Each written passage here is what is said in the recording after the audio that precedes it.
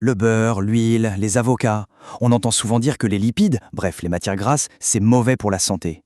Mais et si c'était une énorme erreur? Si derrière cette mauvaise réputation se cachait en fait un des héros les plus importants de notre biologie? Allez, on va plonger ensemble au cœur de cette histoire fascinante. Voilà la grande question. Pendant des dizaines d'années, le gras, c'était l'ennemi public numéro 1, celui qu'il fallait traquer et éliminer. Mais la science, elle, nous raconte une histoire bien plus subtile.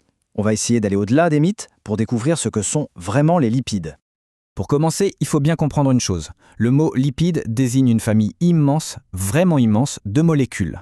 Certaines sont solides, comme le gras du beurre, d'autres sont liquides, comme les huiles, mais elles ont toutes un point commun absolument essentiel. Elles sont hydrophobes. Ça veut dire qu'elles n'aiment pas l'eau, elles la fuient. Et c'est cette simple caractéristique qui est à l'origine de tous leurs super-pouvoirs.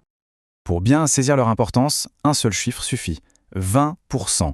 C'est, en moyenne, la part que représentent les lipides dans le poids de notre corps. Ce n'est pas rien. Loin d'être un détail, c'est un de nos constituants majeurs, aussi vital que peuvent l'être les protéines ou les glucides. Bon alors, pour comprendre comment fonctionnent ces fameux lipides, il faut faire un petit zoom, descendre à l'échelle microscopique pour rencontrer leur brique de construction de base, ce qu'on appelle l'acide gras. Et la voilà, notre brique de base. Imaginez une longue queue d'atomes de carbone qui, on l'a dit, déteste l'eau, et à l'autre bout une petite tête qui, elle, adore ça. Cette double personnalité, on appelle ça être amphiphile. Et c'est en assemblant ces briques un peu schizophrènes que toute la complexité des lipides va naître. Maintenant, attention, voici le détail qui change absolument tout. Toutes ces briques ne sont pas exactement pareilles. La différence, elle se joue au niveau des liaisons entre les atomes de carbone. Si toutes les liaisons sont simples, on dit que l'acide gras est saturé.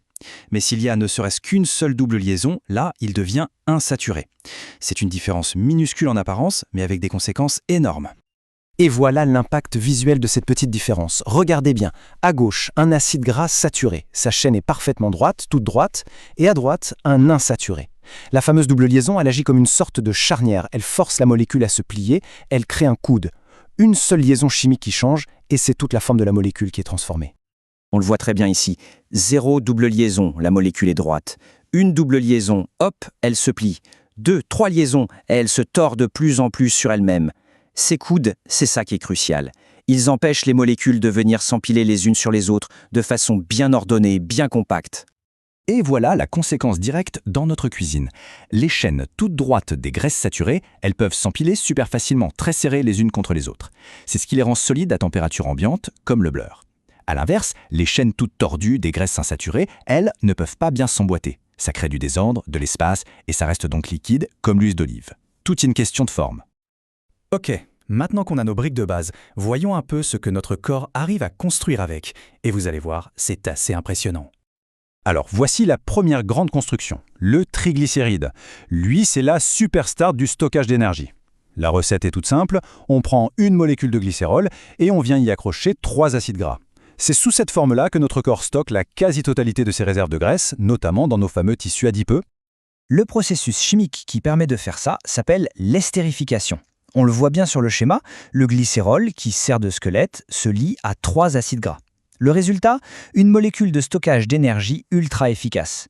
C'est une manière incroyablement dense de mettre du carburant de côté pour plus tard. La deuxième construction majeure, elle est peut-être encore plus fascinante, c'est le phospholipide. Sa structure est vraiment unique. Au lieu d'avoir 3 queues d'acides gras, il n'en a que 2. À la 3e place sur le glycérol, on trouve un groupe phosphate, qui lui adore l'eau. On se retrouve donc avec une molécule qui a une tête hydrophile, qui aime l'eau, et 2 queues hydrophobes, qui la détestent. Et c'est cette double nature qui lui donne son rôle le plus fondamental. Quand on met des phospholipides dans l'eau, que se passe-t-il ? Eh bien, ils s'organisent tout seuls, spontanément, en une double couche.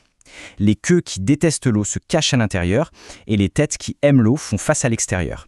Et cette structure, c'est ni plus ni moins que la membrane de chacune de nos cellules. C'est le mur d'enceinte de la vie elle-même. Il nous reste une troisième grande catégorie de lipides à voir. Elle est très différente dans sa structure, mais tout aussi essentielle. Et c'est là qu'on va rencontrer une molécule souvent diabolisée, le fameux cholestérol. Alors là, on oublie les longues chaînes d'acides gras. Les stéroïdes sont tous construits sur une base très différente. C'est cette structure complexe qu'on voit à l'écran, 4 cycles de carbone qui sont fusionnés ensemble. C'est ce qu'on appelle le noyau stérane. Le cholestérol, c'est le membre le plus célèbre de cette famille, mais il est loin, très loin, d'être le seul.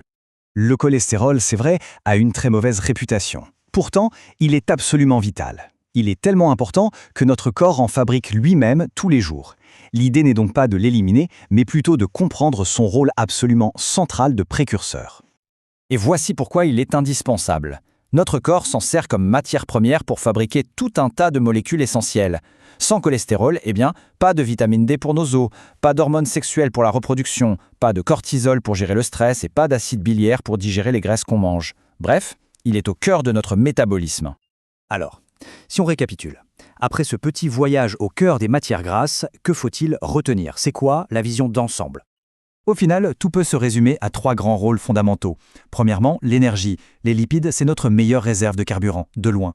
Deuxièmement, la structure. Ils construisent littéralement les murs de nos cellules. Et enfin, la messagerie. Ils permettent la communication et la régulation dans tout notre organisme. Énergie, structure et messagerie. Voilà les 3 piliers. La conclusion est donc assez claire. Loin d'être un simple ennemi à abattre, le monde des lipides est d'une complexité et d'une importance capitale. Ce sont à la fois les architectes, les batteries et les messagers de notre corps. Comprendre ça, ça change radicalement notre vision des matières grasses.